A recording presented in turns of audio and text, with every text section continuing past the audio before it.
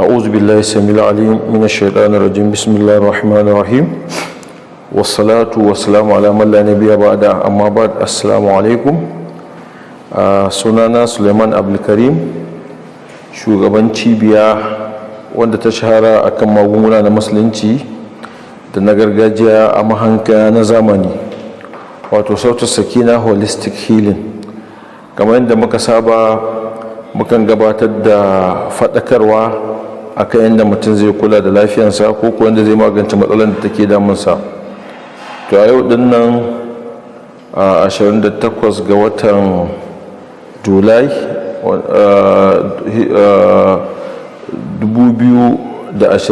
wanda ya zo daidai da 18 ga watan Zulhijja, wato za mu gabatar da bayanai ne masu muhimmanci wanda suka shafi matsala na zamantakewan aure.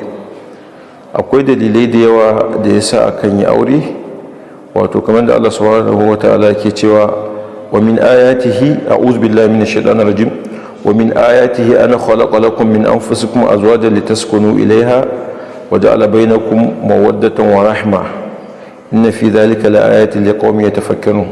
Wato daga cikin ayoyin Allah ya halitta mana mu maza, ya halitta mana mata daga kawunan mu litaskunu ilaiha don ku samu natsuwa zuwa ga matan.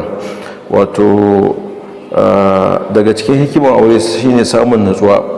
Daga cikin natsuwan da ake samu shine wato ta hanyar jima'i. To sai dai abin takaici a wannan zamani da muke rayuwa, ƙorafe-ƙorafe yayi yawa ta ɓangaren maza da mata, bi ma'ana na rashin samun gamsuwa. Kasancewar mu likitoci mun san irin jin ƙorafe-ƙorafen da muke wato samu ta ɓangare, kowane ɓangare. Don wani lokacin matan ne suke complaining, wani lokacin mazan ne suke complaining. To saboda haka karkashin haka ne muka ga ya dace mu dan gabatar da wannan takaitattun bayanan, duk da yake bincike ne wanda muka yi wanda yake dauke da shafuka da yawa, amma saboda yanayin lokaci za mu takaita. Sai dai kafin mu shiga bayanin kai tsaye, wato akwai gargadin shine da yawa musamman mazaje akan matsala na rauni na ɗa namiji suka amfani da ƙwayoyi wato na bature don biyan bukatan wato sunnan aure. To ko da magani ne na musulunci ko na gargajiya aka ce mutum zai sha, bayan minti kaɗan 10 zuwa 15 ya biya bukatansa, to ya sani cewa yana shan ƙwayan bature ne, kuma suna haifar da illoli kamar haka. Daga cikin illolin da suke haifarwa, suna haifar da matsala na infertility, za su iya sanadiyan wato rashin haihuwa, sannan suna sa inzali da wuri, sannan kuma suna sa karancin sha'awa, sannan suna mai da mutum ya zama manual. Ma'ana manual shi mutum sha'awa ba za ta iya taso masa ba har ya ji ya samu karfi face ya amfani da su. Kunga ya tashi daga al'ada da tsarin da Allah ya halicce mutum a kai. Sannan kuma suna haifar da zafi wajen wato idan mutum ya inzali, sannan har ila yau suna haifar da ciwon kai. To wannan su ne wato illoli da maganin bature yake haifarwa domin biyan bukata na aure. To kamar yadda ake cewa la faqara ashaddu min al-jahl, ba talaucin da ya kai wato rashin sani. Abin da ya sa mutane suke ta fama, suke ta struggle akan matsalan abin da ya shafi jima'i na rashin biyan bukata shine saboda rashin sanin ababen da suke haifar da rauni. To a cikin wannan bidiyo din zan yi bayanan ababen da suke haifar da rauni, wanda yake idan akwai lokaci insha Allahu kila in yi bayanan wasu ababe da mutum zai ringa amfani da su don ya kasance yana samun biyan bukata. Alhamdulillahi, duk mutumin da Allah ya halicce shi da dama, sai dai in mutum wanda yake da lura ko kuma Allah ya jarabe shi ya halicce shi haka, kowa yana da tsawaka, yana da iko na jin sha'awa, duk da yake ta sha bamban daga mutum zuwa mutum. To idan aka sami waɗaya daga cikin wannan cututtukan, suna haifar da rauni mutum ba zai samu biyan bukata ba.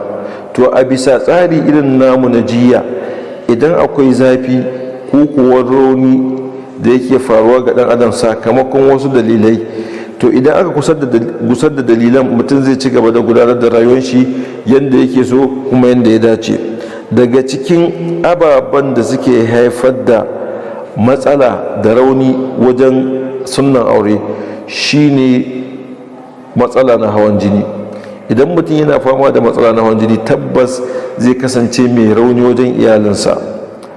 Idan mutum yana fama da matsala na ciwon sanyi wanda aka fi ce ma infection, mu a locality dinmu, amma dai sunan shi da turanci shine STD, wato sexually transmitted disease, ko kuma STI, sexually transmitted infection, wanda suka hada da irin su gonorrhea, syphilis, candidiasis ko herpes ko staphylococcus, ga sunan dai da yawa, ko gonorrhea.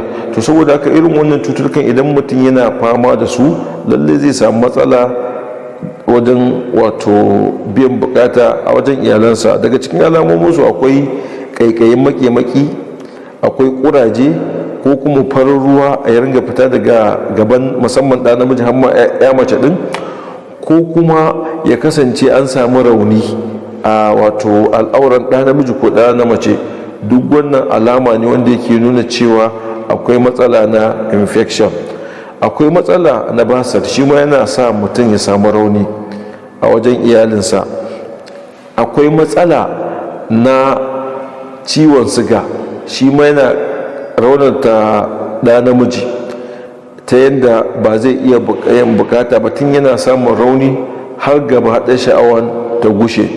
Akwai matsala na wato ciwon da ake ce ma prostatitis, wato gamman fitsari, ta hanya wato wannan gamman fitsarin yakan zama ya kumbura. Daga cikin dalilan da yake sa shi kumburi shine rashin yin jima'i akai-akai, rashin fitar da maniyi.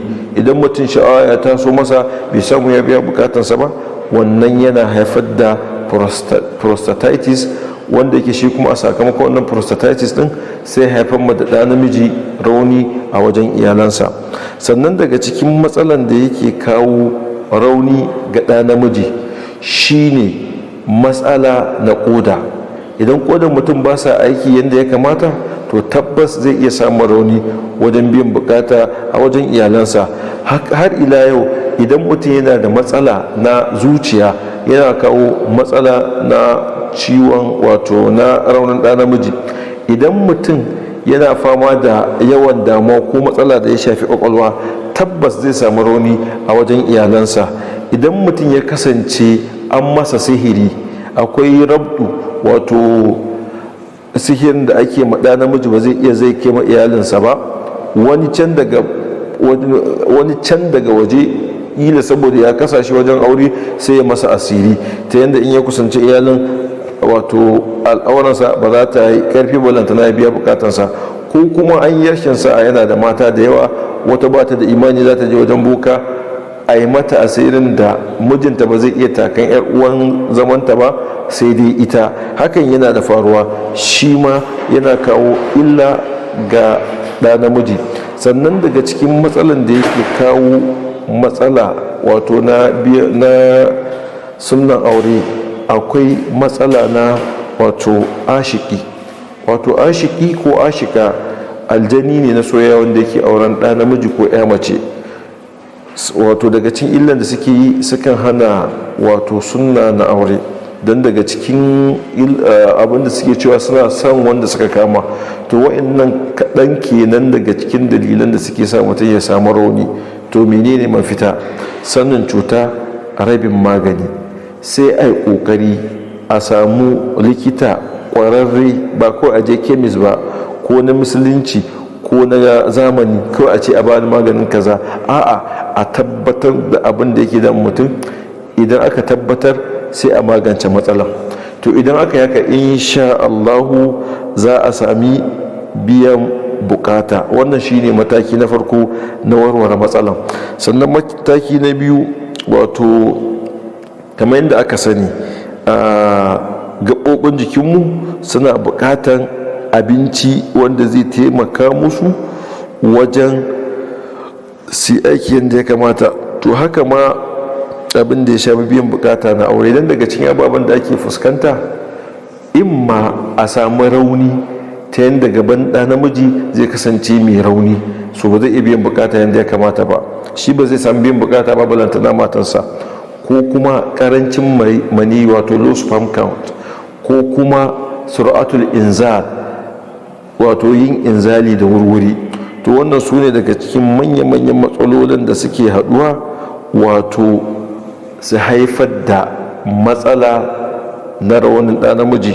To daga cikin ababen da suke taimaka ma sha'awa ya karu, akwai tafarnuwa, akwai hanta, akwai kwai, akwai mangoro, akwai almond, akwai avocado, akwai ayaba, akwai wato yazawa da 'ya'yan kabewa, suna taimaka mutum ya samu ƙarin sha'awa. Sannan kuma akwai wato zuma, akwai irin su habbatus sauda, akwai irin su walnut da ginseng da dai sauransu. Haka akwai wani haɗi da akan yi, idan akan yi kan ba da sha'awa ga ma'aurata. Wato haɗin shine a sami cinnamon wanda ake ce ma kirfa, a sami habbatus sauda, a samu jinja wato citta kenan, a samu tafarnuwa, a tafasa a ringa sha da zuma. In Allah ya yarda za a samu ƙarfi, za a ƙara samun biyan bukata a wajen iyali. So saboda ƙarancin lokaci, sannan kuma mata yana da kyau su ringa tsarki da ruwan zafi. Sannan kuma yana da kyau idan akwai ƙaiƙayi, ana iya amfani da man babunat ko man hulba a ringa shafawa, don yana wato mace ta ringa shafawa a gabanta, zai taimaka mata wajen kashe ƙwayoyin cuta. Irin su dankali yana taimaka ma mata, 'ya'ya mata su ƙara samun damshi da wato biyan bukata wajen sunnan aure. To saboda haka idan ana neman ƙarin bayani dangane da ababen da muke yi, za a iya tuntuɓar mu a wannan number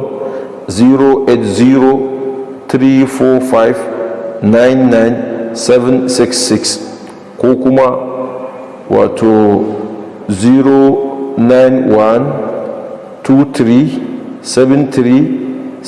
09123737965 ta hanyar kira kai tsaye ko chatting, ko kuma wannan number da zan bada na ƙarshe, amma ita ta chatting kaɗai za a iya samun mu